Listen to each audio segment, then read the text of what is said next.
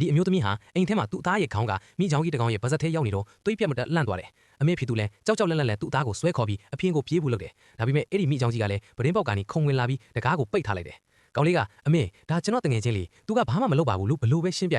အမေဖြစ်သူကတော့မယုံနိုင်ဘူးသူ့ကိုအိမ်ကနေဘလို့နှင်းထုတ်ရမလဲပဲကြံနေတယ်တခါတော့မိချောင်းကြီးရေချိုးကန်ထဲမှာဇိမ်နဲ့ရေစိမ်နေတော့အမေဖြစ်သူကရုတ်တရက်အခန်းထဲဝင်လာပြန်တယ်အမေဖြစ်သူကတော့လန့်ဖျံပြီးထွက်ပြေးတယ်အဲ့ဒီမှာမိချောင်းကြီးကအမေဖြစ်သူကိုသူဟာသဘောကောင်းတဲ့သူဖြစ်ချောင်တက်တည်ပြဖို့အနောက်ကနေအေးအေးဆေးဆေးလိုက်သွားတယ်ပြီးတော့အမေဖြစ်သူစိတ်ပြေးသွားအောင်ဆိုပြီးဟင်းကောင်းနဲ့ချက်ကျွေးအတူတူကဖို့ဖိတ်ခေါ်ခဲ့တယ်အဲ့ဒီတော့မှပဲအမေဖြစ်သူကအော်ဒီမိချောင်းကတချင်းလဲဆိုတတ်ကလည်းကတတ်တဲ့မိချောင်းအလင်းမလေးပဲဆိုတာကိုလက်ခံသွားပြီးသူတို့မိသားစုဝင်တယောက်လိုဖြစ်လာပါတော့တယ်မိသားစုတွေကားပတ်မောင်းတော့မိချောင်းကြီးကလည်းဆက်ဆူးချင်တာနဲ့ပဒင်းပေါက်ကနေခေါင်းလေးပြူကြည့်တယ်ဘေးကကားပေါ်ကခွေးလေးကိုနှုတ်ဆက်ဖို့ပါဇက်လေးဟလိုက်တာဟိုခွေးလေးမှာတော့လန့်ပြန်ပြီးကားထဲမှာပြန်အောင်နေရရှာတယ်မိချောင်းကြီးခင်ဗျာစိတ်မကောင်းဖြစ်ပြီးခေါင်းလေးပြန်ဝင်သွားတယ်ပန်းကျင်နဲ့တွားပြန်တော့လဲခိုးတွေကသူ့အပေါ်မှာလာနာကြတယ်ဒါပေမဲ့သူကဟတ်ချိုးဆိုပြီးနှာချေလိုက်တော့ခိုးတွေအကုန်လန့်ပြန်ကုန်ရတယ်သမင်းစားချင်ကြတော့လဲရေခဲမုံတွေတပန်းကလုံးမွှချလိုက်တာဦးနောက်ခဲတဲ့ဝေဒနာကြောင့်ခေါင်းကိုကိုင်းနေတာများကြည့်ပြီးသူတို့တတိုက်ရေလိုက်ရတယ်ပြောစရာတွေကြုံနေတော့မှပဲတနေ့တော့အစိုးရကမိချောင်းကြီးကိုလာဖမ်းတော့မယ်ဆိုတာအမေဖြစ်သူသိလိုက်ရတယ်ကောင်လေးရဲ့သူ့ကိုပစ္စည်းတိုးလောင်ကားတော့မှအမြန်သွားဖျောက်ထားပေးမယ်မလွတ်လိုက်ပါဘူးရဲတွေကသူ့ကိုတားဆီးပြီးမိချောင်းကြီးကိုအတင်းအဓာမှာဖမ်းခေါ်သွားကြတယ်ကောင်လေးလည်းဘာမှမတတ်နိုင်ပဲငိုယိုပြီးကြည်ကြံခဲ့ရတယ်